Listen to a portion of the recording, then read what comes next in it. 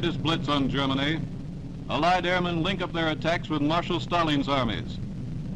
British bombers head for Dresden, the Saxony bastion of the Nazis along the Eastern Front.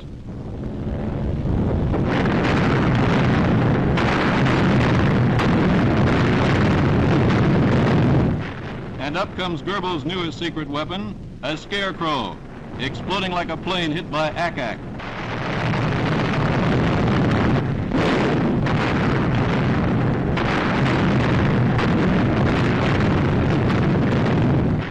RAF Lancasters splashed 650,000 incendiary bombs on transportation lines in Germany's 7th largest city.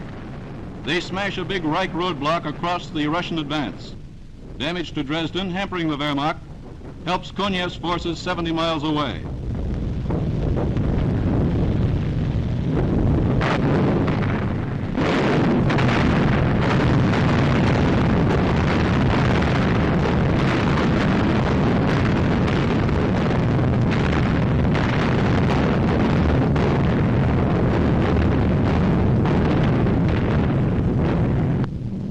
Out of the west, 1,350 American bombers of the 8th Air Force streak their vapor trails into the dawn.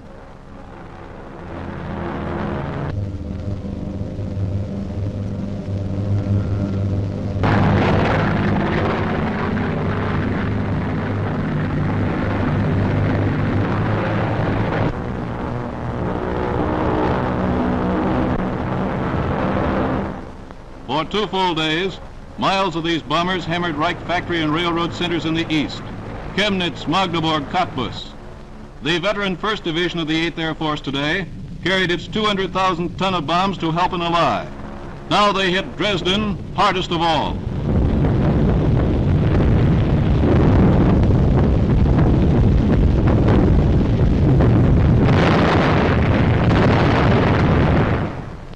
The blitz here, blasting away for the Russians now 45 miles away, links the two-front Allied drive from east and west on Berlin.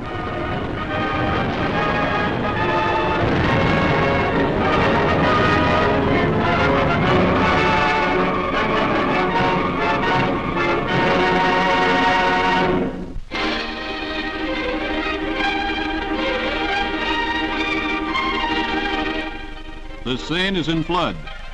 The waters are the highest in 34 years. In this most bitter winter for France, a winter of cold, of hunger, of battered towns, of smashed communications, a winter in which free France lies oppressed by greater hardships than for almost a century, the elements too take their toll.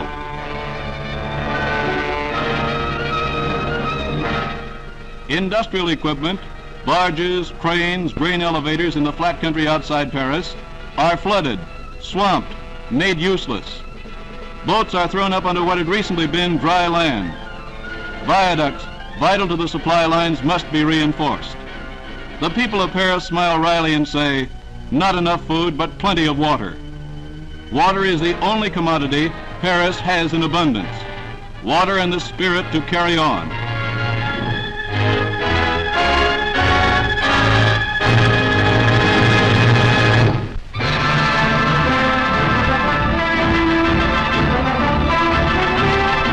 Alsace welcomes General de Gaulle in celebration of the great triumph at Colmar.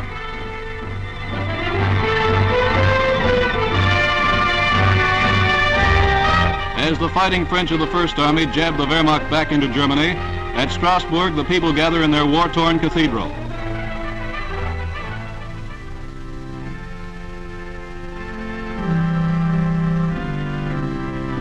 Generals de Tassigny, Juin and Leclerc are here for the victory services.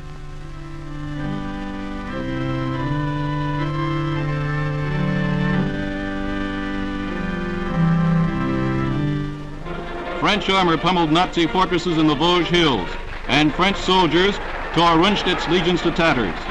Hailed by General Eisenhower, they are decorated now by their leader.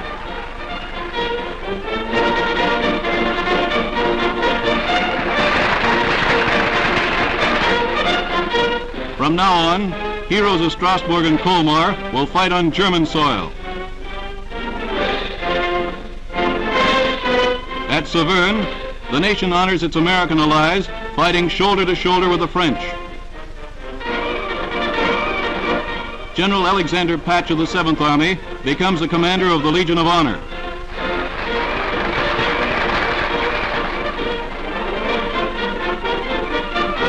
The Grand Officer Award goes to the commander of the 6th Army Group, General Jacob Devers.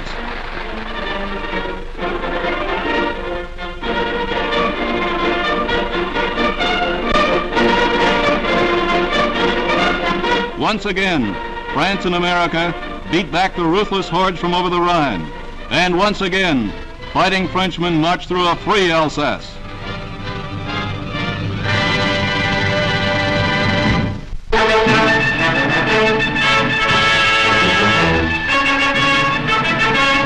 Peace had come to Athens under the warm Mediterranean sun, when Mr. Churchill, met by son Randolph, visited Greece on the return from the Crimea.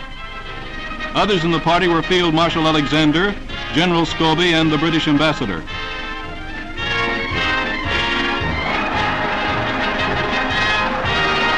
Archbishop Damaskinos, the regent of Greece, went with the Prime Minister to the palace in Constitution Square, where a great throng of 60,000 people waited to cheer the visitor. Mr. Churchill congratulated them on the end of the Civil War and wished a speedy return to prosperity to the people of heroic Greece.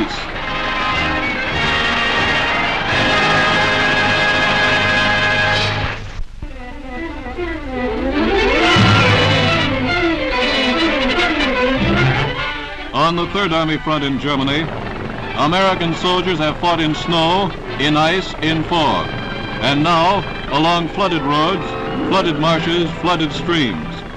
The snow in the Eifel and Vosges has melted. Torrents of water came down across the roads, and troops and supplies have a hard time moving up.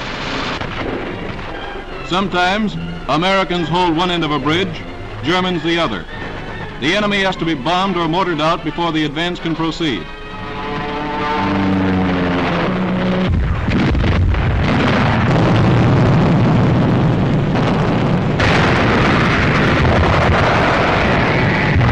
Then a footbridge is built, and the men go over, often under heavy fire from farther up the opposite bank.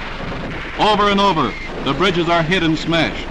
So a smoke screen is laid down to cover the operation, and damp, rainy weather keeps the oil fog close to the ground.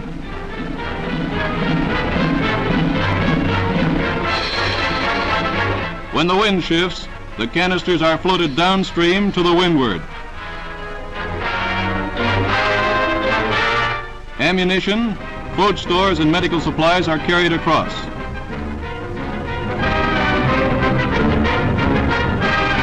The trucks go over too at a second crossing.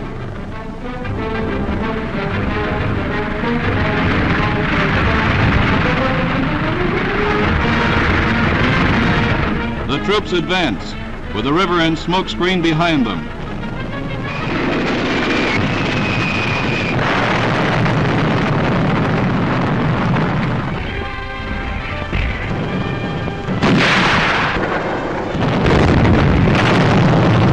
Dead Germans. Live Germans. Meanwhile, on the northern sector of the front, the Canadian First Army under General Crerar attacks east of Nijmegen. Cleve is taken. Caen is taken. The Rhine is reached at Emmerich. Field Marshal Montgomery, caught in a traffic jam, decides the tanks have priority and stops for a bite to eat. And the tanks go forward. Here begins the new Allied offensive.